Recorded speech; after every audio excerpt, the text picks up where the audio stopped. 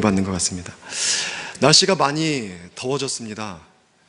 우리 어르신들 이렇게 건강관리 잘 하시고, 우리 젊으신 분들도 때학볕에서 일하시느라 지치지 않도록 스스로 관리 잘 하셔야 합니다. 건강하시는 게, 제가 교회에 올 때 제일 처음 기도했던 게, 하나님, 우리 다 건강하게 오래 신앙생활 하게 해달라고, 그 기도를 가장 먼저 했는데, 우리 무더위 속에서 자기관리 잘 하셔서 건강 꼭 지키시기 바랍니다.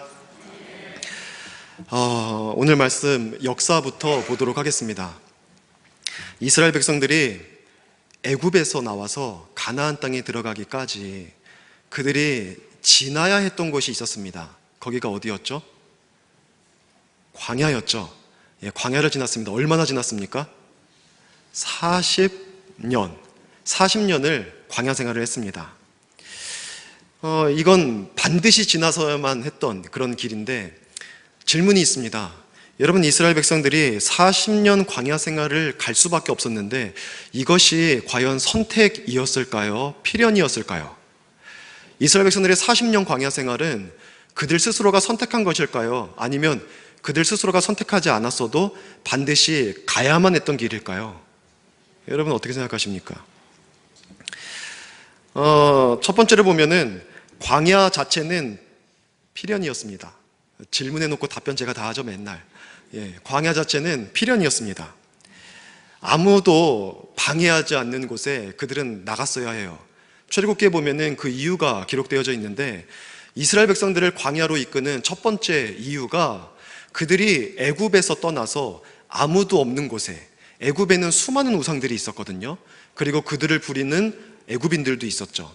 그것에서 자유하여서 광야로 들어가서 하나님께 집중하고 하나님께만 예배드릴 수 있는 처소가 필요했어요.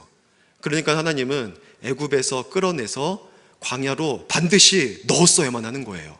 거기서 그들과 만나셔야 했고, 그들의 예배를 받으셔야 했고, 그들을 예배하는 공동체로 새롭게 규정하셔야 하기 때문에 이 일들을 하신 겁니다. 뿐만 아니라 이제 그들이 들어가야 될 곳은 가나안 땅, 아브라함에게 약속한 땅인데, 그것에 들어가면 국가가 형성이 됩니다. 근데 국가를 이루기 위해서는 법이 있어야 해요. 그리고 또한 질서가 있어야 하고, 거기에 주권을 부여해야 합니다. 그렇기 때문에 광야에 들어가서 시내산에서 하나님께서 먼저 이스라엘 백성들에게 그 하나님의 나라인 이스라엘 백성들이 어떻게 살아가야 될지에 대한 법을 주셨습니다. 그리고 나서 주권이 어디에 있는지 알려주셨어요. 다른 누구도 아니고 하나님이 다스리는 나라의 주권은 하나님에게 있죠. 우리 민주주의는 국민에게 있지만 신정국가는 그 주권이 하나님에게 있습니다. 하나님께서 다스릴 때 진짜 행복한 거예요. 그래서 주권이 하나님께 있다, 이거를 알리셔야 했어요. 그리고 또한 국가가 하나님이 모든 주권을 가지고 있어도 한 국가가, 그 커다란 공동체가 유지되기 위해서는 사람들 안에서도 어느 정도 질서 체계가 있어야 합니다. 그렇기 때문에 광야를 지나면서 그들의 리더들을 세우시는 작업을 하나님께서 하셨던 겁니다. 그래서 가나안 땅만 이제 들어가게 되면 거기에 국민이 있죠, 주권이 있죠, 질서가 있고 체계가 있으니까 한 국가로서 아무 문제 없이 그 시대를 살아갈 수 있는 겁니다. 그런 목적으로 광야는 필요했어요. 그것만이 아닙니다. 무엇보다도 광야에서 가장 중요한 것은 하나님을 믿는 믿음, 하나님께 의지하고 순종하는 그 신앙을 가르쳐야만 했습니다. 그래야 주권을 가지고 계신 하나님께서 그 나라 백성을 통치하고 다스릴 수 있죠. 아무리 주권을 가지고 있는 하나님이라고 할지라도 그 백성들이 하나님의 뜻과 다르게 살아가면 안 되잖아요. 그래서 하나님께 순종하는 백성 만드시려고 광야를 지난 겁니다. 수많은 기적을 보이셨죠? 나는 살아있는 하나님이다. 놀라운 역사를 베풀어 주셨죠? 인간으로서는 할 수 없는 일, 상상도 할 수 없는 일들을 그곳에 보여주시면서 하나님의 실존을 나타내시고 하나님의 능력을 나타내셨어요. 그리고 어떤 문제가 있어도 하나님을 의지하고 살아가는 백성은 반드시 그 모든 환난과 고난을 이겨낼 수 있다. 하나님은 그것을 보여주시기를 원하셨던 겁니다. 그래서 광야는 반드시 필요합니다. 우리 인생에 있어서도 마찬가지예요. 우리 인생에 있어서도 하나님께서 하나님의 사람을 세우셔서 사용하실 때에는 반드시 광야를 지나게 하십니다. 이거는 굉장히 필수적인 시간이에요. 갈 수밖에 없는 길입니다. 저는 그래서 광야를 하나님의 사람이 세워지는 데 있어서 공식이라고 얘기를 합니다. 하나님의 사람이 인물이 세워지는 데 있어서는요, 먼저는 하나님의 부르심이 있어야 돼요. 세계가 반드시 있어야 되는데 하나님의 콜링이 있어야 됩니다. 이것 플러스 더하기, 하나님은 부르실 때, 직분을 주실 때 직분만 주시는 것이 아니라 하나님은 능력도 주십니다. 그래서 은사가 더해져요. 하나님의 콜링과 성령이 들어오시면서 가지고 오시는 은사가 더해집니다. 근데 이것만으로는 하나님께 쓰임받기에 부족합니다. 이 은사를 능히 사용할 수 있고 또 능력 있게 하나님의 일을 감당하기 위해서는 그 다음에 필요한 게 뭐냐면 광야입니다. 광야를 지나면서 연단받고, 광야를 지나면서 우리 속에 있는 불순물이 빠지고 전적으로 하나님만 의지하고 바라보게 됐을 때에야 하나님은 비로소 그 사람을 사용하시는 겁니다. 여러분 혹시 인생에 있어서 광야를 지나십니까? 그러면 이렇게 생각하시면 됩니다. 아, 나 인물 되겠구나. 아, 하나님이 나 쓰시려는구나. 이 광야 지나면 더 귀하게 하나님이 나를 사용하시겠구나.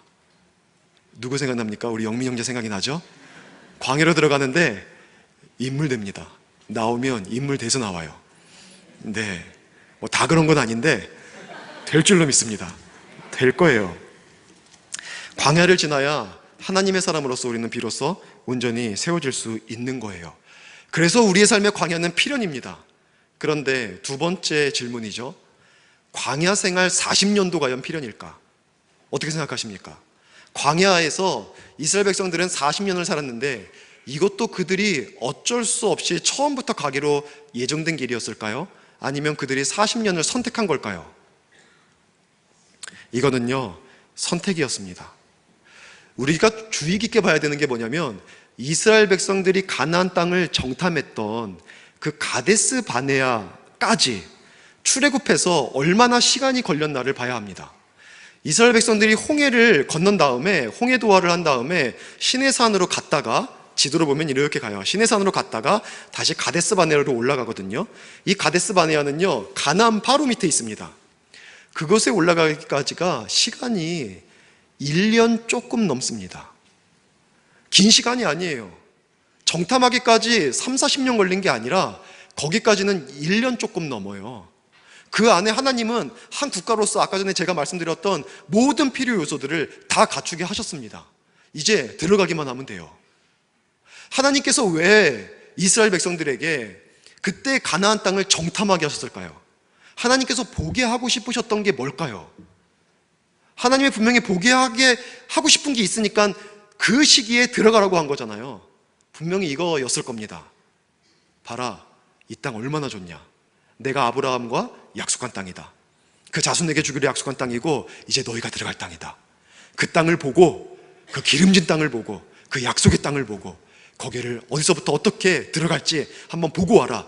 여러분, 이 마음 가지라고 보내지 않았을까요? 설마 하나님이 거기 들어가려고 하면서 봐, 도저히 안 되겠지? 거기 들어가면 죽을 것 같지? 여러분, 그거 보라고 보내셨겠습니까? 절대 아니란 말이죠. 심지어는요, 신명기에 보면은요, 하나님이 원래 정탐부터 하라 라고 말씀하기 전에 하나님이 원래 주신 말씀은요, 그 땅을 정복하라 였어요. 올라가라 였어요.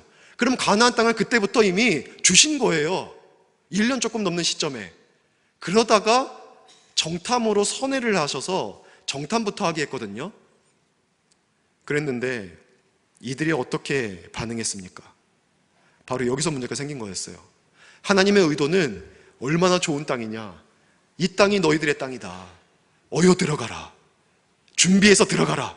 이 마음으로 보고 오라고 했는데 40일 동안 이 정탐꾼들이 그 땅을 두루 다니면서 여기저기 다 봤습니다. 그리고 나와서 그들이 보인 반응이 있어요. 근데 그 반응이 그들의 광야 생활 40년을 결정했습니다. 처음부터 계획한 것이 아니라 그들이 반응한 대로 하나님께서 그들에게 역사하셨어요. 그들이 반응하고 믿어버린 대로 되게 하셨어요. 그게 그들이 광야 생활을 40년 동안 하게 된 이유입니다. 그 내용을 좀 더 면밀히 살펴볼 것인데 이게 바로 우리들의 인생이기 때문에 그렇습니다. 우리의 인생들이 똑같아요. 광야에 들어가고 우리의 삶의 어떤 중요한 순간에 우리들이 보였던 어떤 반응이 우리들의 삶들을 결정해 나가거든요. 그래서 이 말씀을 통하여서 우리의 삶이 어떻게 움직이고 있는지, 하나님은 그 속에서 어떻게 관여하시고 간섭하시고 역사하시는지를 우리는 발견할 수가 있습니다. 여러분, 12정탐꾼이 무엇을 보고 왔고 어떻게 반응했습니까? 이 사람들이 보고 12명이 본 것은, 그들이 본 사실은, 팩트는 똑같았습니다. 여기에는 차이가 없어요. 어차피 눈에 보이는 건 다 똑같은 거 아닙니까? 그러니까 이거는 차이가 없어요. 그들은 공히 똑같이 이런 말을 합니다. 그곳은 정말 말씀처럼 너무 좋은 땅이다. 젖과 꿀이 흐르는 땅이다. 정말 하나님께서 아브라함에게 말씀하셨던 것처럼 너무 좋다. 심지어는 그들이 그 땅에 소산물을 가지고 나왔는데, 소출을 가지고 나왔는데 그것을 혼자 먹이도 감당하기 어려울 정도로 커다란 거예요. 그것을 들고 나와서 보여주는데, 와, 이런 과실들이 맺히는 땅이다. 사람들이 놀랬겠죠. 그리고 또 다른 것도 똑같이 봤습니다. 그러나 그 땅은 또 어떠냐면 성읍이 너무 크고 강하고, 그 땅은 너무 험하고 천연요새예요. 예루살렘도요, 원래 천연요새입니다. 헤브론 땅도 마찬가지고 너무 강한 땅이라는 거예요. 거기다가 거기에 우리보다 훨씬 큰 사람들이 사는데, 여러분 권투나 킥복싱이나 요즘 뭐 하죠? 뭐 격투기 같은 거 하는 거 보면은 체급이 달라버리면 싸움이 안 됩니다. 그 당연하죠. 무게가 달라버리면 싸움이 안 돼요. 체육만 하고 저하고 권투시합 하면 누가 이기겠습니까? 저 핵꿀밤 맞는 거, 핵꿀밤. 그리고 이제 다운되는 거죠. 이게 싸움이 안 됩니다. 체급이 다르면. 근데 보니까 거기에 체급이 너무 크다는 겁니다. 그런 사람들이 있고, 심지어는 거인족 속까지, 안악자손이라고 하는 거인족 속도 거기 산다는 거예요. 이거는요, 팩트예요. 이건 아무 문제가 없습니다. 그거는 그들이 보고 온 그대로예요. 근데 문제는 뭐였냐면, 그 본 것에 대해서는요, 생각이 달랐어요. 본 거는 똑같았는데 거기에 대한 평가가 달랐습니다. 이것이 바로 그들의 운명을 결정하는 중요한 이유가 되었습니다. 생각이 달라요. 10명은 어떻게 생각했습니까? 굉장히 부정적인 생각을 합니다. 굉장히 부정적인 판단을 합니다. 신명기 13장 32절에 보니까 그들은 악평했다 그래요. 악평. 아주 잘못된 평가, 악하게 평가를 하는 거예요. 조금 좋게 얘기할 수도 있잖아요. 어떤 것에 대해서 평가할 때 좀 좋은 면을 보고 선하게 얘기할 수도 있을 텐데 굉장히 악평을 한 겁니다. 거기는 거주민을 삼키는 땅이다. 그럼 뭐예요? 우리가 들어가서 살면은 그 땅이 우리를 죽인다. 지금 그런 얘기 하는 거예요. 거기 살고 있는 사람들도 그 땅이 그들을 잡아먹을 땅이다. 그러니까 우리는 거기 들어가면 안 된다. 아예 땅 자체에 대해서 지금 악평을 하고 있는 겁니다. 그리고 거기에 있는 이제 장대한 사람들, 거인족속, 이런 사람들을 거론하면서 내가 보니까 스스로 보기에도 우린 메뚜기다. 도저히 이길 수 없다. 막 이런 생각을 하는 거예요. 원망합니다. 모세와 아론, 왜 우리를 이리로 끌고 와서 죽게 하느냐? 하나님이 우리를 일부러 이곳에 데리고 와서 아모리 족속에게 멸망하게 만드시려고 일로 데려왔다. 우린 다 죽었다. 차라리 지도자를 새로 세워서 다시 애굽으로 돌아가자. 막 이런 식으로 하면서 굉장히 잘못된 평가를 냅니다. 팩트의 문제가 아니에요. 거기에 대한 생각의 문제입니다. 거기에 대한 평가의 문제입니다. 여러분, 두 명은 달랐죠. 여호수아와 갈렙은 다른 생각을 합니다. 그 사람들은 뭐라고 얘기합니까? 똑같은 사실을 보면서도 맞다 이거예요. 거기는 정말 성읍이 강하다. 거기에는 아주 거인족 속에 살고 있다. 이건 분명한 사실이다. 그러나 우리는 능히 이길 수 있다. 능히 이길 수 있다. 두려워할 필요가 없다.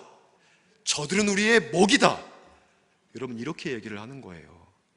여러분, 성경으로 보니까 이렇게 해야지 라는 생각이 들죠. 여러분의 실제 삶에서 생각해 보십시오. 여러분이 극복하기 어려운 삶의 문제가 다가왔습니다. 아무리 노력해도 안 되는 문제, 잘해보려고 했지만 처음부터 갑자기 문제가 나타납니까? 잘해보려고 하고 백방으로 노력해보고 사람의 도움도 구해보고 내가 밤잠도 안 잡았지만 문제가 점점 심각해져서 도저히 뚫고 나갈 수 없는 상황이 되어봐요. 여러분, 그때 어떻게 생각하겠습니까? 10명의 시각이 10명의 생각이 여러분의 생각이겠습니까? 2명의 생각이 여러분의 생각이겠습니까? 대체로 많은 사람들이 10명의 생각대로 하는 분들이 많이 있습니다. 야, 도저히 안 되겠다. 우리는 이제 끝인가 보다. 이건 뚫어낼 방법이 없어. 여러분, 이런 생각을 우리는 많이 한다는 거예요. 근데 여러분, 어떤 사실을 보고 어떻게 생각하는지가 정말 중요한 것이, 결론만 얘기하자면 10명이 생각한 대로 이 10명은 그 자리에서 죽습니다. 하나님은 38년 넘는 시간, 39년 가까이를 그 10명이 생각한 대로 그들이 되어질 때까지 기다립니다. 죽으려고 인도했다? 정말 죽을 때까지 기다리세요. 나머지 2명은요, 능히 이긴다고 했잖아요. 이 2명은 끝까지 생존합니다. 그리고 1명은 이스라엘 전체의 지도자가 되고, 1명은 또 한 지파의 지도자가 되어서 그곳에 들어가서 가나안 땅을 다 정복하고 하나님이 주신 약속을 기업으로 받는 축복을 받습니다. 여러분, 잘 보세요. 생각한 대로 됩니다. 생각한 것이 우리들의 인생이 된다는 거예요. 너무나 중요하죠. 여러분, 우리는 같은 것을 본다고 같은 생각을 하는 게 아니에요. 같은 것을 볼 때에도 다 다른 생각을 합니다. 너무나 유명한 예화가 있습니다. 영국의 한 구두업체가 이제 사업을 확장시키면서 아프리카의 신발을 좀 팔아보자 해서 사람들을 파송합니다. 현지 조사팀이 거기에 파송이 되죠. 근데 그들이 갔다가 돌아오더니 전부 다 얼굴이 다 이게 아주 부정적인 그늘이 그려져 있는 겁니다. 그리고 부정적으로 실제로 얘기를 하는 겁니다. 그곳에 가보니까 아프리카 사람들이 전부 다 신발을 안 신고 다닙니다. 이건 사실이죠. 그리고 평가를 합니다. 그래서 우리는 신발을 팔 수가 없습니다. 어차피 그들은 신발이 필요 없는 사람들입니다. 이렇게 평가를 내려버린 거예요. 신발 업체가 그게 맞나? 그래서 한 번 더 접으려고 하다가 한 번 더 조사팀을 파송합니다. 그리고 그 조사팀이 아프리카 현지를 갔다 왔는데 이번에는요, 그들이 다른 말을 합니다. 팩트는 똑같아요. 우리가 가봤더니 아프리카 사람들은 전부 다 신발을 안 신고 다닙니다. 여기까지는 똑같아요. 근데 소망이 있습니다. 우리가 신발을 팔아서 그들 모두에게 신발을 신겨주면 우리는 대박납니다. 그죠? 지금 말로 대박납니다. 여러분 보세요. 똑같은 것을 보고 왔죠. 신발 안 신는 거. 근데 거기에 대해서 생각이 달라요. 평가가 달라요. 결과가 어땠겠습니까? 당연히 결과가 다르겠죠. 부정적으로 생각한 팀은요, 신발, 그 사람들은 팔 팀이 아닙니다. 그거를 보면서 됩니다 했던 팀이 당연히 그곳에 들어가고 신발을 많이 팔고 기업을 더욱더 일으켰을 겁니다. 여러분, 얼마나 다릅니까? 똑같은 걸 보면서도 이처럼 생각을 정반대로 할 수가 있고요, 정반대로 생각하기 때문에 결과가 완전히 상반된 결과가 우리의 삶 속에 나타날 수 있다는 것입니다. 중요한 것이 바로 이것이에요. 생각의 차이가 인생의 차이를 만들어낸다. 여러분, 이거 굉장히 중요한 겁니다. 생각의 차이가 인생의 차이를 만들어내요. 그러니까 생각이 정말 중요한 겁니다. 생각이 인생을 바꿔요. 생각이 인생을 만들어냅니다. 개척해 나가요. 생각이 너무 중요합니다. 이것이 고리가 있어요. 생각에서부터 인생으로 가는 고리가. 생각이 바뀌면은요, 사람의 감정이 바뀝니다. 생각이 바뀌면 감정이 바뀌어요. 그리고 감정이 바뀌면은요, 행동이 나와요. 그래서 행동이 바뀝니다. 그리고 행동이 바뀌면은 그게 반복되다 보면 그게 습관이 됩니다. 사람의 습관이 바뀌는 거죠. 그러면 습관이 바뀌면 인생이 달라지는 거예요. 그래서 생각이 인생에 영향을 주는 겁니다. 생각이 바뀌면 감정이 바뀌면 행동이 바뀌면 습관이 바뀌면 인생이. 여러분, 이런 건 적으셔도 괜찮은 겁니다. 머리가 다 좋으시니까 암기를 다 하시는 것 같아요. 이게 저만의 얘기가 아니라 많은 학자들이 하는 얘기입니다. 대표적으로 이 말 한 분 아십니까? 인간은 죽을 때까지 자기의 뇌의 10%만 쓰고 죽는다. 이 말 들어보셨죠? 10%도 못 쓰고 죽는다. 이 말 들어보셨죠? 이렇게 말한 분이 있는데, 이분이 누구냐면 19세기에 하버드대 심리학 철학 교수로 있었던 윌리엄 제임스라고 하는 그러한 교수님이었습니다. 이분이 그런 말을 했는데, 이분이 그것과 더불어서 이제 말씀한 게 사람의 생각이 뇌 구조에 영향을 준다는 거예요. 사람이 생각을 계속해서 하다 보면은 이 뇌가 거기에 대해서 반응을 하는데, 한 가지 생각을 여러 번 반복하면 뇌에 배선이 생긴다는 거예요. 뇌가 연결된다는 거예요. 신경이 신경으로 연결되어서 어떤 생각하는 길이 뚫린다는 거예요. 그리고 그러다 보니까는 반복하는 생각은 습관을 형성시키고, 반복하는 생각은 심지어 그 사람의 성격까지도 바꾼다는 거예요. 성격까지도. 당연히 그렇기 때문에 인생이 달라지죠. 그래서 그분이 이렇게 말했습니다. 생각이 바뀌면 행동이 바뀌고, 저는 그 사이에 감정을 넣었죠. 생각이 바뀌면 행동이 바뀌고, 행동이 바뀌면 습관이 바뀌고, 습관이 바뀌면 인격이 달라지고, 저는 인격을 좀 뺐습니다.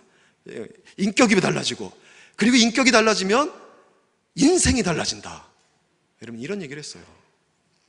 저는 이렇게요. 생각이 바뀌면 감정이, 감정이 바뀌면 행동이, 행동이 바뀌면 습관이, 습관이 바뀌면 인생이. 자꾸 얘기하는 게 이거 중요하기 때문에 그렇습니다. 저랑 같이 신앙생활 하는 동안 이거 자주 얘기할 겁니다. 이 5가지가 서로 연결되거든요. 예를 들어 보겠습니다. 어떤 집안에 큰 문제가 생겼어요. 살아가다 보면 예기치 않은 사고가 생길 때도 있죠. 근데 그 사고가 딱 생기자마자 그렇게 신앙생활 열심히 하던 가정이 생각을 이렇게 하는 겁니다. 이게 어떻게 된 거지? 우리가 그렇게 하나님 앞에 충성했고, 우리가 신앙생활도 게을리하지 않았고, 주일마다 가면 헌신도 했고, 하나님 앞에 헌금도 많이 드렸는데 어떻게 하나님은 우리 가정을 지켜주지 않고 이런 문제를 일으키시는 거지? 라는 생각을 합니다. 그러면 그게 감정이 어떻게 되겠습니까? 여러분, 우리는요, 감정이 생각을 바꾼다고 생각하는데 틀렸어요. 생각이 감정을 바꿉니다. 감정이 어떻게 되겠습니까? 감정이 하나님에 대한 원망으로 가득 찹니다. 지난주만 해도 교회 일 그렇게 재밌고 행복하고 열심히 했는데 갑자기 내 속에서 기쁨이 다 사라져버려요. 그래도 교회는 나왔어요. 근데 어쨌든 교회는 나왔는데 감정이 상한 상태인데 찬양 인도자가 너무 밝게 웃으면서 하나님을 찬양합시다 막 그러는 거예요. 윤 목사도 앞에 딱 서더니 여러분 한 주 동안 행복하게 지나셨습니까? 막 이러는 거예요. 나는 감정이 죽을 맛인데 여러분 그럼 어떻겠습니까? 찬양합시다 하는데 멀뚱멀뚱 쳐다보는 거예요. 아니 나는 이렇게 속상해 죽겠는데 저 찬양 인도자는 뭐가 좋아서 저러지? 그러면서 내가 왜 하나님을 찬양해? 하나님은 나한테 이렇게 날 고난 가운데 내모시는데 하면서 찬양을 안 따라합니다. 기도합시다 하는데 기도를 안 해요. 여러분 그것이 내 삶에 반복되다 보면 이것이 신앙생활의 습관이 되어버립니다. 문제가 있을 때마다 하나님 앞에 원망하게 되고 하나님 앞에 찬양 안 하게 되고 예배도 안 드리게 되고 여러분 그 인생 어떻게 되겠습니까? 생각이 인생을 바꾸는 거예요. 반대로요, 똑같이 사고를 당했어요. 예기치 못한 사고가 벌어졌습니다. 그 사고가 딱 벌어졌을 때 생각을 이렇게 하는 거예요. 이 문제를 해결할 분은 역시 우리 하나님밖에 없다. 내가 기도해야만 하나님의 긍휼하심과 은혜를 받을 수 있다. 그 마음을 가지고 교회에 예배 시간이 아닌데도 교회를 나오는 거예요. 여러분 감정이 어떻겠습니까? 그 생각만 딱 바뀌어도 감정이 하나님에 대한 기대, 간절함, 열망 이걸로 가득 차게 됩니다. 나왔어요. 찬양 인도자가 여러분 하나님을 찬양합시다. 평상시에는 노래를 아름답게만 부르려고 했던 분이라고 할지라도 그 시간에 간절하게 부릅니다. 막 울면서 부르죠. 기도할 때에도 정말 누구보다도 크게 통성으로 하게 됩니다. 여러분 이러한 자세를 가지고 있으면 그가 문제가 있을 때마다 하나님 앞에 얼마나 간절하게 되고 얼마나 열심 있게 되고 얼마나 갈망하게 되겠습니까? 그것이 습관이 되는 거예요. 그러면 그 인생 하나님이 어떻게 하시겠습니까? 여러분 이해가 되시죠? 이처럼 생각이 중요한 거예요. 우리가 어떻게 생각하느냐에 따라서 우리의 인생이 완전히 달라지게 될 수 있는 겁니다. 그래서 여러분 정말 내가 평상시에 어떻게 생각하느냐를 한번 주의 깊게 돌아보십시오. 내 생각이 어떻게 가고 있지? 이 어떤 어려운 문제가 다가오거나 고민거리가 다가왔을 때 내가 어떻게 반응하고 있지? 여러분의 판단과 여러분의 생각이 하나님이 원하시는 바로 그것인지 한번 보시기 바랍니다. 왜요? 그 생각이 인생이 된다니까요. 그 생각이 반드시 살아서 나의 삶에 영향력을 줘요. 나뿐만 아니라 내 주변에 있는 사람들의 삶까지도 같은 영향을 줍니다. 여러분이 정탐꾼들을 보세요. 그들이 그 문제를 딱 보고 왔을 때 생각을 이렇게 하죠. 하나님이 우리를 죽이려고 한다. 이렇게 생각을 해버립니다. 그러니까 감정이 어떻게 돼요? 원망으로 가득 차죠. 불평으로 가득 차죠. 소망이 없어져 버린 거예요. 절망이 그들 가운데 내려온 겁니다. 완전히 그를 절망이 사로잡아 버렸어요. 절망은 하나님에 대한 월권이에요. 그것이 사로잡아 버렸어요. 여러분, 이것이 거기서 끝나지 않았죠. 그런 감정을 갖게 되니까 언어로 표현해 버려요. 언어로 표현해서 백성들에게 다 말을 내버리죠. 우리 다 죽었다. 우리 거기 올라갈 때가 아니다. 사실은요, 이게 습관입니다. 그들은 문제가 생길 때마다 늘 원망하고 불평했어요. 그리고 그들은 그렇게 한 대로 인생이 결정이 되어서 38년 넘어 39년 가까이 광야를 헤매다가 그들의 생애를 마감하게 된 것입니다. 여러분, 특별히 우리는 문제와 위기 앞에서 어떻게 생각하는가, 이거를 굉장히 중요하게 보아야 합니다. 모든 사람은 문제와 함께 살아갑니다. 문제가 없는 곳은 이 지구상에 무덤밖에 없어요.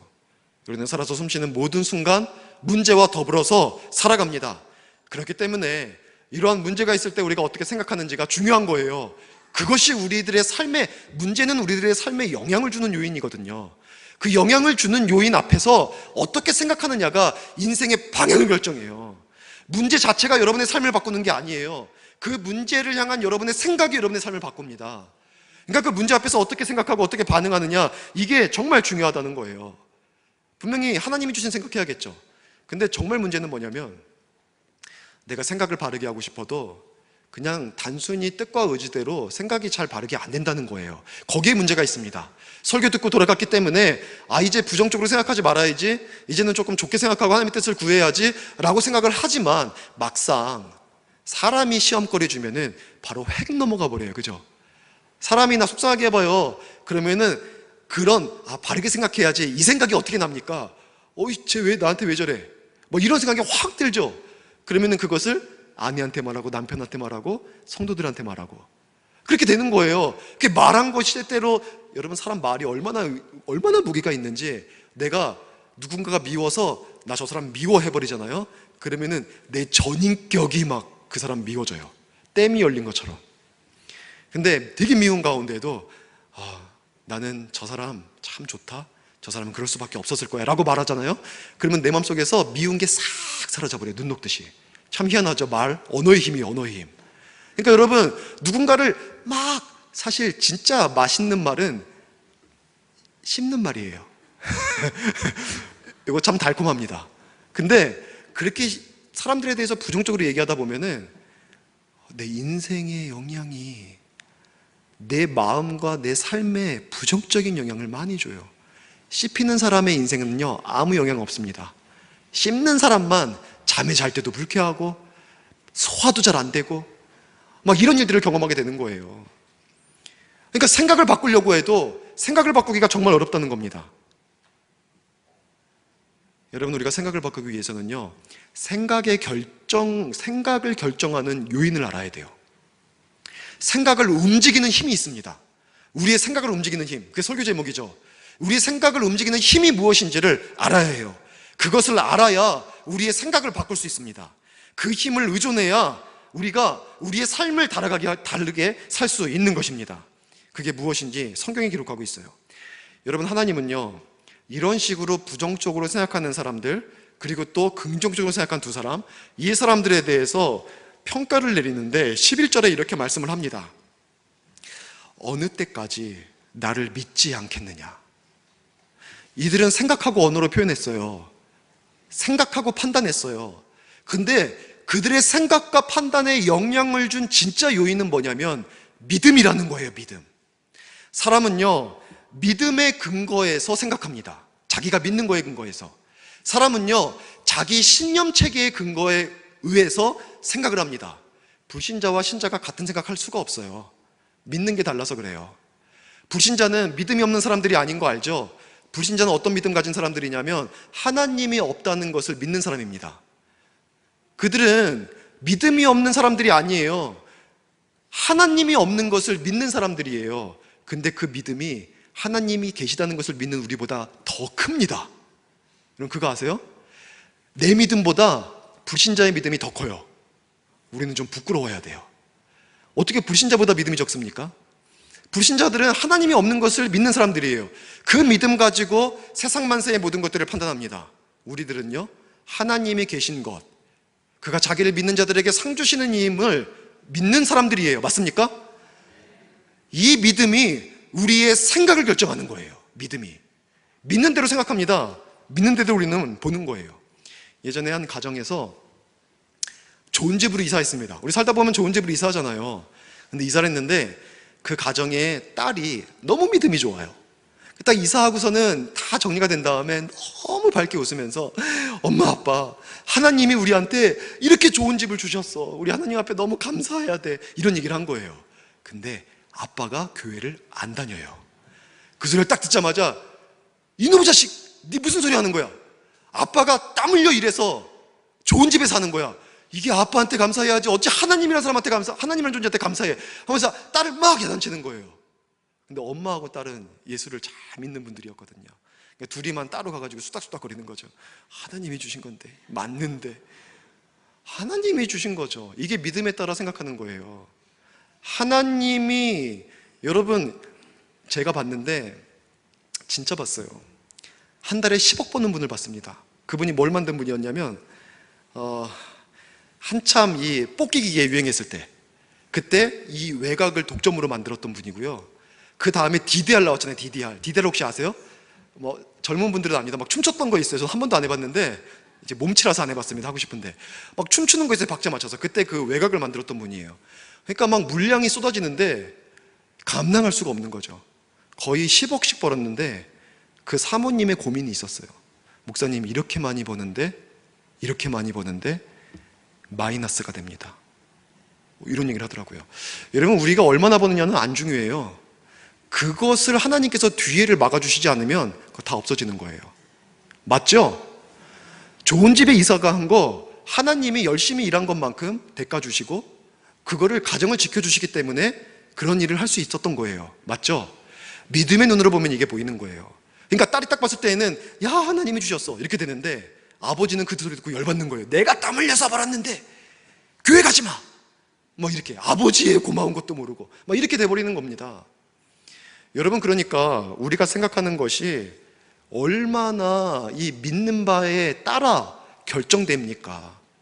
믿는 대로 우리의 생각이, 판단이 영향을 받아서 방향이 결정이 되는 거예요. 같은 것들을 보면서 여호수아와 갈렙은 능히 취할 수 있다. 아무것도 아니다. 심지어는 우리의 먹이라. 조금 어색해요. 원래는 어떻게 말하면 더 좋습니까? 옛날 성경처럼 밥이다. 야, 이게 딱 우리의 정서와는 딱 맞아요. 저들은 우리의 밥이다. 이게 맞죠? 먹이다. 이거 참 어색합니다. 조금. 밥이다. 그런 생각을 할 수 있는 거예요. 믿으니까. 누구를 믿어요? 하나님을 믿으니까. 무엇을 믿습니까? 하나님의 약속을 믿으니까. 들어가라고 하니까 명령을 믿으니까. 하나님을 믿고 약속을 믿고 명령을 믿으니까 그들이 볼 때에는 이 문제가 아닌 거예요. 그냥 떠먹는 밥이에요. 여러분, 같은 고난도 어떤 사람한테는 떠먹는 밥이고 어떤 사람은 거치는 돌인 거 아시죠? 네. 어떤 사람한테는 그건 떠먹는 밥이 진짜 아무것도 아니에요. 아무것도. 얼마나 강조하고 싶은지 제 목소리가 막 저기 됩니다. 네? 근데 믿음이 없으면, 하나님에 대한 믿음이 없으면 작은 문제도 나를 망하게 하는 요인이 될 수 있어요. 믿음이 생각을 결정합니다. 믿음이. 나머지 10명은 어땠습니까? 하나님의 말씀처럼 하나님을 믿은 것이 아니에요. 믿지를 못했어요. 그럼 그들이 믿음이 없는 자들입니까? 아니에요. 믿지 않는 사람들도 믿음을 가지고 있다고 말씀드렸죠.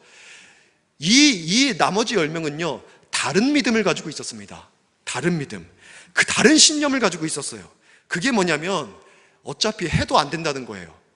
어차피 우리는 열심히 해봤자 안 돼. 이 마음이 그들에게 있었던 거예요. 그런 생각이 그들에게 있었어요. 노예근성이에요. 이게 노예근성을 그들이 가지고 있었습니다. 이게 무슨 의미냐면은 정탐꾼들이 아까도 말했지만 가나안 땅에 들어가기까지, 애굽에서 나와서 가나안 땅에 들어가기까지 얼마나 시간이 걸렸다고요? 가데스바네에 이르기까지? 예, 1년 조금 넘는 시간. 굉장히 짧은 시간이었죠. 그 시간 전에 한평생 그들은 애굽에서 뭐로 살았습니까? 노예로 살았어요. 노예로. 종으로 살았단 말이죠. 여러분, 노예 어떤 신분입니까? 종은 잘 어울리지 않는 말이에요. 노예가 어울리는 말입니다. 노예는 어떤 신분입니까? 자기의 의지를 가지고 뭔가를 할 수 없는 사람들입니다. 자기 삶에 무거운 짐이 지워졌을 때 이것을 벗어버릴 수가 없는 사람이에요. 그 짐을 지운 사람이 주인이거든요. 그 주인에게 반항하면은 죽어요.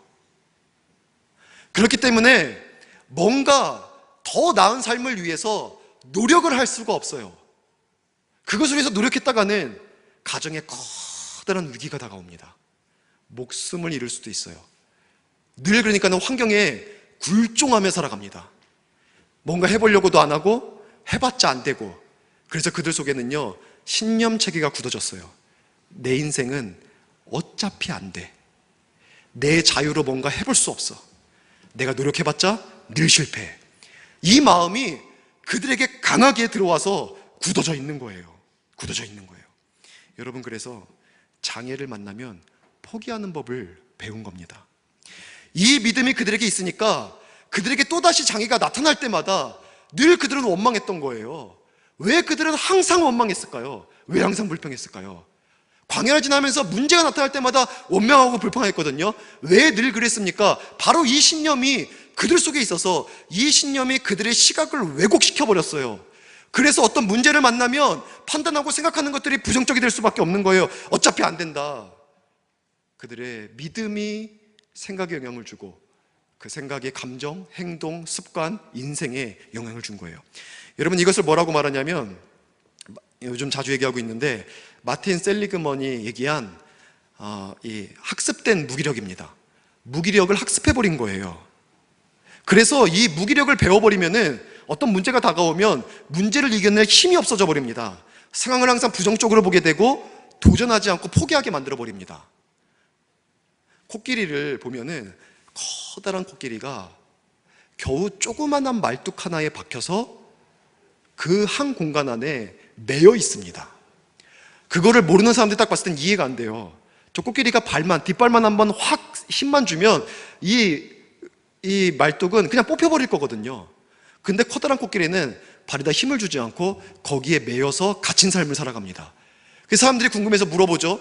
아니, 왜 코끼리를 저렇게 위험하게 작은 말뚝에다가 박아놓고 매어놓습니까? 저 말뚝 뽑아버리면 그거 구경하는 사람들 다 목숨이 위험한데 저거보다 조금 더 튼튼한 거에다가 박으면 안 되겠습니까? 그렇게 얘기할 때 조련사들이 이렇게 얘기를 한다고 합니다. 저 코끼리들이 아주 애기 코끼리 때 아무리 발버둥 쳐도 뽑을 수 없는 커다란 말뚝을 박아놓습니다. 그래서 어렸을 때 코끼리들이 한번 헤어나와 보려고 막 발버둥을 치는 거예요. 열심히 발버둥을 치겠죠. 그러다가 결국은 안 되는구나. 내가 힘쓰고 노력해봤자 이 말뚝은 뽑힐 게 아니구나. 그리고 나서 그거를 포기해버린다는 거예요. 그래서 성인이 되어서 능히 뽑을 수 있는 힘이 생겨도 저 말뚝은 어차피 못 뽑아. 이게 여러분 학습된 무기력입니다. 우리가 살아가면서 과거의 어떤 경험이 열심히 노력해봤지만 그것을 통해서 아무것도 이룬 게 없는 이 경험이 반복된다면 우리는 그 무기력을 배워서 어떤 도전의 과제가 앞에 놓이고 어떤 문제가 삶에 다가오게 될 때 그것을 뚫어보려고 하지 않고요, 지레 포기해버리는 겁니다. 안 되는구나. 우리는 이것을 뚫고 나갈 힘이 없구나. 그냥 여기서 내려나가야 되겠구나. 이런 생각을 하게 되는 거예요. 이들은 이렇게 학습된 무기력 속에서 노예 생활하면서 이런 신념 체계가 그들 속에 굳혀져 있다 보니까 하나님의 살아계심을 1년 넘게 매일매일 경험했거든요. 매일매일. 그럼에도 불구하고 그들은 하나님을 믿지 못하고 그들 속에 형성되어 있는 신념 체계를 따라서 장애 앞에 굴복하는 삶을 살고 원망하고 불평하고 결국은 망하는 인생을 살았던 거예요. 여러분, 이 문제가 심각한 것이 학습된 무기력은요, 나 혼자만의 문제가 아니라 내 주변 사람들을 전염시킵니다. 가정에서 아버지가 무기력하면은 자녀들과 아내도 같이 힘이 빠져요. 당연하죠? 교회에서 여러분, 제가 무기력해 보십시오. 예배를 드리면서 제가 너무나 무기력하게 그냥 여러분, 우리는 이만만 해도 참 감사합니다. 이렇게 요즘 부흥이 이렇게 어려운 시대 때 그래도 여러분, 우리 이렇게 유지하고 있으니 얼마나 감사합니까? 만족합니다. 만족은 이런 때 쓰는 단어가 아니거든요. 그렇게 하면서 그냥 어차피 돼도 안 돼. 전도해봤자 안 되죠. 찾아오는 분들이 있어서 그래도 다행입니다. 여러분, 그냥 우리 기다리면서 그분들과 함께 부흥합시다. 여러분, 이렇게 뭔가 굉장히 무기력하죠. 여러분, 리더가 이렇게 무기력하면 어떻게 했습니까? 전도 나오겠습니까? 누가 나오겠어요? 부흥을 기대하겠습니까? 누가 기대하겠어요? 안 되는 거예요. 이것이 실험이 있어요. 원숭이들을 5마리를 모아놓고 장대를 높이 달았습니다. 그리고 장대 꼭대기에다가 바나를 걸어놨어요. 그리고 나서 원숭이들이 그 바나를 먹으려고 하죠. 당연히 좋아하니까. 장대를 타고 올라가면은 위에서 찬물을 확 부어버립니다. 그러면은 찬물 벼락을 맞고 원숭이들이 장대에서 황급히 도망가 버리죠. 근데 이 일들을 5마리 원숭이가 차례로 계속 경험합니다. 그러면은 그들의 사고 속에 안 되는구나, 저거는 먹을 수 없는구나 하고 굳혀져 버리는 거예요. 더 이상 도전하지 않습니다. 문제는 그 가운데 한 마리를 뺍니다. 그리고 그것을 경험하지 않은 다른 원숭이를 넣는 거예요. 그리고 나면은요, 새로운 원숭이는 바나나가 보이니까 어떡합니까? 올라가려고 하죠. 그때 그것을 경험한 4마리의 원숭이가 그 한 마리를 막습니다. 거기 올라가면 안 된다. 말은 안 하겠죠. 그렇다고 해서 행동도 올라가면 이러진 않을 거예요. 그래서 막 이러진 않을 거예요. 분명히 근데 못 가게 막는 거예요. 그러면은 이 한 마리, 경험해보지 않은 한 마리도 시간이 지나면 거기 안 올라가게 됩니다. 그리고 나중에 차례차례 한 마리씩 다 바꿔서 나중에는 5마리 다 한 번도 찬물벼락을 맞아보지 않은 그 원숭이들로 거기에 구성이 됩니다. 그래도 이 원숭이들은요, 무기력을 배웠어요. 그렇기 때문에 저거는 먹을 수 없다는 생각을 가지고 거기에 도전하지 않습니다. 여러분, 무기력한 부모님들 혹시 계시다면 빨리 떨쳐버리세요. 자녀가 그것을 배워요. 자녀가. 교회에서 무기력한 그 자세와 마음으로 우리가 혹시 리더의 자리에 서 계시다면 그 마음을 빨리 버려야 돼요. 여러분과 함께하고 있는 공동체의 멤버들이 그 무기력을 배웁니다. 안 된다고 생각을 하는 거죠. 이스라엘 백성들을 보세요. 이 10명의 평가에 온 국민이 좌절해요. 그들이 보고 온 게 아니에요. 10명이 와가지고 대신 말해줬어요. 근데 그걸 들으면서 모두가 좌절하고 모두가 원망하고 여호수아와 갈렙이 할 수 있다고 하니까 그들을 돌로 쳐서 죽이려고 합니다. 하나님이 막으시죠. 하나님이 영광 가운데 나타나셔서 그거를 막으십니다. 그리고 모세한테 이렇게 말하죠. 저들이 언제까지 나를 안 믿냐? 내가 차라리 저들을 다 죽이고 너에게서 새 백성 시작하겠다. 여러분, 이 정도로 하나님은요, 내가 불신하는 잘못된 믿음을 가지고 잘못된 판단을 하고 잘못된 행동을 하는 것을 굉장히 마음 아파하는 거예요. 여러분, 바른 믿음 가져야 합니다. 칼 매닝거가 정신의학자인데 이런 말 했습니다. 믿음을 가진 태도는 사실보다 더 중요하다. 믿음을 가진 태도가 현실보다 중요한 거예요. 어떤 문제가 있어도 문제가 보다 중요한 것은 그 문제를 대하는 나의 믿음, 그리고 믿음에 근거한 태도인 거예요. 그것만 바르게 세워 있으면 문제는 문제가 아닐 수 있는 거거든요. 여러분, 어떤 장애가 엄연히 존재한다 할지라도 바른 믿음 가지고 서 있기를 바랍니다. 하나님을 믿는 믿음이 정말 중요한 이유는요, 심리학적인 이유나 정신의학적인 이유 때문이 아닙니다. 하나님께서 믿음을 보시고 믿음대로 역사하는 분이시기 때문입니다. 그래서 우리는 바른 믿음을 가지고 서 있어야 합니다. 믿음을 가지고 생각을 바꾸고 그 생각이 감정과 행동과 인생을 바꿔서 여러분, 좀 달라진 인생을 살아갑시다. 달라진 교회를 만들어냅시다. 달라진 가정을 만들어냅시다. 생각이 바뀌면 인생이 바뀝니다. 근데 그 생각은 믿음이 만듭니다. 이제 말씀을 마치도록 하겠습니다. 우리는 적어도 3가지의 노예 생활을 합니다. 3가지의. 첫 번째는요, 과거의 부정적인 경험이에요. 과거 다 내가 해봤더니 안 되더라. 이 과거의 부정적인 경험이 오늘 나로 하여금 포기하게 만들어버립니다. 부정적인 시각을 갖게 만들어버리는 거예요. 여러분, 부정적인 시각은요, 꼭 기억하십시오. 부정적인 시각은 옳은 시각이 아니라 왜곡된 시각입니다. 그렇기 때문에 여러분의 마음속에서 부정적인 시각이 자연스럽게 나온다고 할지라도 여러분이 다시 한번 생각하셔야 돼요. 이 부정적인 생각이 과연 옳은 것인가? 그 생각을 평가해야 됩니다. 그 정서를 평가해야 됩니다. 그래야만 우리는 새로운 생각으로 나의 삶을 바꿔갈 수가 있어요. 2번째, 우리를 노예 삼는 것은요, 죄악된 삶 속에 살아갔던 옛 습성입니다. 죄의 유혹 속에서 방탕하고 방임하게 살아갔던 그 삶의 습관을 우리는 벗어버리지 못합니다. 예수 그리스도께서 우리를 자유케 하시려고 십자가를 지셨습니다. 그리고 예수 그리스도는 십자가 안에서, 십자가를 통하여서 우리의 모든 죄를 다 해결해 주셨습니다. 죄의 노예였지만 이제 하나님의 자녀들입니다. 여러분, 우리가 어떻게 유혹한다 할지라도 그거 떨쳐버릴 수 있어요. 때로 이런 얘기를 듣습니다. 목사님은 일주일 내내 교회에 있잖아요. 저는 직장에 갑니다. 사회는요 녹록지 않아요. 이런 얘기를 합니다. 어쩔 수 없습니다, 목사님. 목사님이 우리를 이해하려면 사회생활 하셔야 돼요. 제가 초등학교 5학년 때부터 대학원 때까지 저는 제가 돈 벌어가지고 학비도 냈습니다. 그런 거, 여러분, 그런 경험이 없는 게 아니에요. 우리가 예수 그리스도의 십자가의 은혜를 믿고 그 하나님의 인도하심을 믿으면 우리의 죄의 유혹 아무것도 아닙니다. 노예에서 벗어나세요. 하나님의 자녀들인데 왜 아직도 죄의 굴레에서 벗어나지 못하고 노예로서 살아갑니까? 이거 벗어버리세요. 그래서 새로운 태도와 생각을 가지고 살아가세요. 마지막으로 우리는 율법에 매여 있을 수 있습니다. 행동주의. 그냥 하나님을 믿는 사람들은 이 정도 해야 돼, 저 정도 해야 돼, 이런 생각을 가지고 거기에 얽매여 있는 거예요. 거기서 벗어나십시오. 그 율법은요 몽학 선생이 되어서 예수 그리스도께서 인도하는 거예요. 예배 드리는 것이 짐이 아니에요. 예배 드리는 것은 기쁨입니다. 여러분, 우리가 하나님을 위해서 헌신하는 것은 우리의 수고로운 삶이 아니라 정말 내가 더 주님 앞에 쓰임받기 위해서 어떻게 하면 될까 오히려 고민해야죠. 우리는 하나님 앞에서 생활하는 그 모든 것이 짐이 아니라 자유함 속에서 기쁨이 될 수 있습니다. 여러분, 믿음으로 생각을 바꾸고 감정을 바꾸고 행동을 바꾸고 습관을 바꾸고 인생을 바꿀 수 있는, 그래서 축복된 삶을 살아갈 수 있는 저 여러분 될 수 있기를 주의 이름으로 간절히 축원합니다. 오늘 시간이 많이 가서 기도하고 축도함으로 예배를 마치도록 하겠습니다. 하나님 아버지,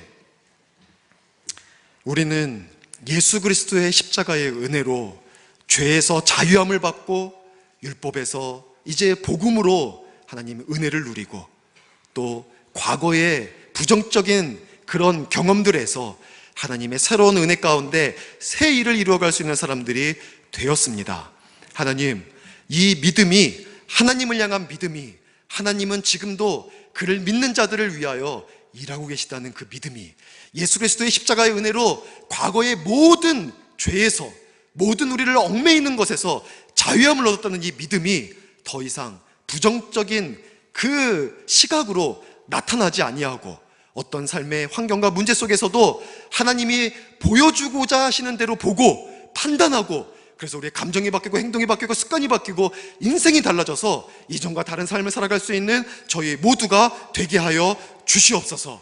저희들의 삶 속에 은혜를 주시고 축복을 주시옵소서. 이번 한 주 동안에도 주와 동행하며 살아가게 허락하여 주시고 모든 판단의 순간마다 하나님의 시선을 허락하여 주셔서 하나님의 눈으로 보고 하나님의 입으로 말하고 하나님이 주시는 힘으로 일할 수 있는 저희 모두가 되게 허락하여 주셔서 도약하는 한 주 되게 하여 주시옵소서. 주님 앞에 귀한 예물 드렸습니다. 드린 소기들 가운데 복을 주시고 이 물질 주의 나라 위에 귀하게 사용하여 주시옵소서. 지금은 우리 주 예수 그리스도의 은혜와 하나님의 크신 사랑하심과 성령님의 감화 감동 내주 충만 이루 건면 축복 교통하심의 역사가 하나님을 믿음으로, 그리스도의 십자가의 은혜를 믿음으로 우리의 생각이 바뀌고 우리의 감정이 바뀌고 그래서 우리의 인생이 달라지기를 소원하는 사랑하는 성도님들의 머리 위에와 저들의 가정과 직장과 사업과 하는 모든 사역들 위에 이제로부터 영원토록 함께 계실지어다. 아멘.